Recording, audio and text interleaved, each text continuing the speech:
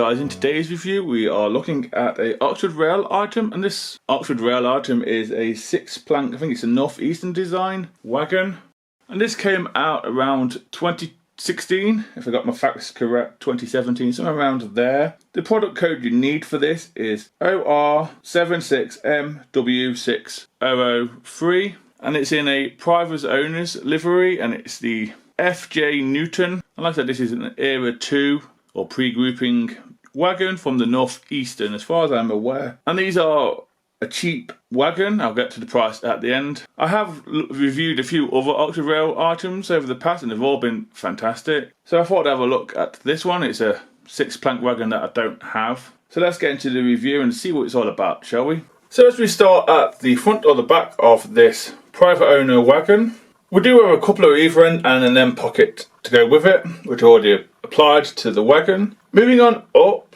we do have metal unsprung buffers, and the buffer shanks themselves I think are in black. We have the buffer beam with 2 black rivets, and then we have the buffer beam itself. Colour wise I think it's off-white, I want to say. And then we can see some supports coming down which are in black. We do have a black hook in the centre with a few rivets around it. I'm not sure if that hook is metal, and I'm also not sure if it's separately applied. Moving on up, this is a 6-plank wagon. Again, it's in that off-white like the buffer beam. It has some rivets down the outside. Again, if you look closely you can see some of the off-white around that. Like I said, we have some black supports in the centre of 2 of them. They, again, I think they have a few rivets on. They also are in black too, and they are part of the moulding. Now onto the side of this 6-plank wagon. All I know is it's a Northeastern wagon. As far as I'm aware, it has NE on it. I think it's a Northeastern wagon. I don't know the diagram. I don't know what Oxford Rail based this on. But to me, it does look like a private owner's wagon. And it looks quite fetching in this livery. Such a clean livery. So we have a stripe going from one corner to the other, with the manufacturer or the company's name on it, which is F.J.Newton. Again, that is crisply applied. There may be some other details around it that I can't see. We have the place I believe the company is, which is Rugeley. Again, crisply printed. We also have it saying Coal Merchant in the other corner. And I believe it is 37. Again, that's above the Rugeley. Again, at the corners, we do have it in black with a few rivets. We also have an opening door to let the coal out or coke out or whatever's in it out. Again, that does have some highlights around in black. As we move on down, there is 3 plaques which are legible to read, but I'm not sure what they say. They probably are correct information. It's probably a builder's plate and something else, and probably where to return it. They're all there. We do, I believe, have a door banger as well. So when that thing drops, it will bang. So we have a door banger. We have a, it looks to be separately applied handbrake. It's not like any of the handbrakes I have in my collection, so I've looked. This one curves inwards, so it's quite bulky out and curves inwards. Most of them I have in my collection are straight. We also have some underframe detail, like supports. We have brake rigging, which do line up with the wheels. We also have the wheels themselves, which I believe are spoked. They are metal, I think the inserts are in black. As we have a look inside the wagon, there is some wood planking going on there, with a few knots on the wood. We also have the faint markings of the opening hatch for the wagon, which is a good touch. Some manufacturers don't do that, and to be honest with you, Oxford Rail didn't have to, but they have. If you look closely enough, you can see it. The wood effect is in like a light brown. And finally, we do an underneath look at the wagon. I understand that most times when it's going around, you're not going to see most of this detail. But Oxford Rail have gone to the trouble of it. So we do have, like I said, we do have a separately applied handbrake, which does bend outwards, or depending on which way it's coming in, bend inwards. Again, that is separately applied, going off a few of my other Oxford Rail ones. We also have axles and springs. Again, they are crisply moulded too, which I did forget to mention. We have some underframe supports which hold the brake rigging, or the brakes, and they do line up with the wheels. We have the moulded on 4 corners, the springs that would be for the buffers themselves in real life. Oxford Rail have gone to that trouble. We also have some bracing and rivets and supports underneath there. We have an Oxford Rail sign, and then we have a spring in the centre. And like I said, it comes with the couplings already applied, and we do have the unsprung metal buffers too. Overall, it is a highly detailed. Shame you're not going to see some of it when it's running around. So yeah guys, that's it on the track. Next up will be the usual coupling test, which will be with I think it's a Hornby 5 or 6 plank, which is Cadbury's one, and an Oxford rail 7 plank with extra coal rails for the Coke. That is in the Diddington livery. So let's see if it can couple up, shall we? It looks like it has. It has. Enjoyed the running session and I will see you at the end.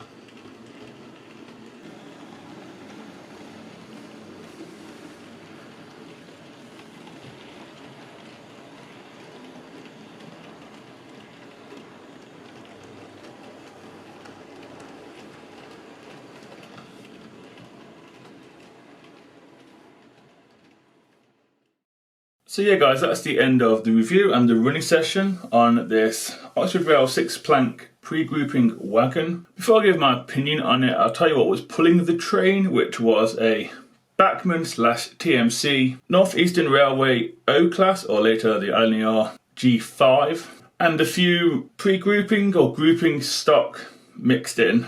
My reason for the loco is they said it's a northeastern wagon and it's pre-grouping, so I went with a northeastern loco. I've only got 2 in the correct livery, but I also have some northeastern locos under the LNER in different liveries.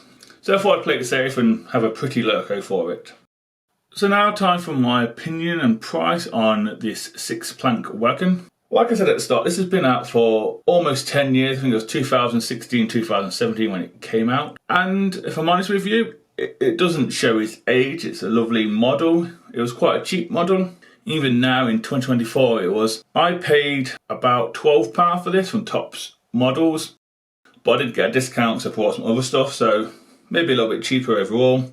If you get this direct from Oxford Rail or Hornby, they don't actually sell this livery one, but they do other ones. Again, I think they're around about the £13 mark, something like that. And any other model shops, they are about £11, depending on the livery. That's the good thing about Oxford Rail. The rolling stock is quite cheap, so are the locos, and it's a good thing. It helps people collect things and get in the hobby. So my opinion on the model, like I said, it's got a lot of separately applied stuff, and some of it I have probably missed myself. I do believe the door in the Wagon has a lip in it. I did miss that. Like I said, it has separately applied parts. It has metal unsprung buffers. I don't mind unsprung buffers. They're pointless in 00 gauge. The livery is crisp and correct, and it looks the part. It fits into a pre-grouping style rolling stock. Yes, okay, they're a little clean, but you could weather them up. And it fitted in well with this mixed train that I put together with a few other plank wagons and pre-grouping cover vans. I am a big fan of Oxford Rail. Like I said, their stuff is pretty reasonably cheap compared to other manufacturers out there. And nothing on this fell off or was broke or was bent. And it just ran perfectly smooth. I did have trouble in my light box taking all the detail shots. It wouldn't quite stay still occasionally. So that's a good thing, it's free rolling. I don't have anything to test the free rolling, but my board does slant towards the signal box. It's only a little slant, but it's enough to make the wagons and coaches move. So for me, it's a big thumbs up. I do look forward to whatever Oxford Rail decide to release in the future, and I hope they re-release some other stuff that they've done for commissions or released in the past, just to help people collect them. That was my take on this rather lovely, cheap 6-plank wagon by Oxford Rail. Please take care and goodbye.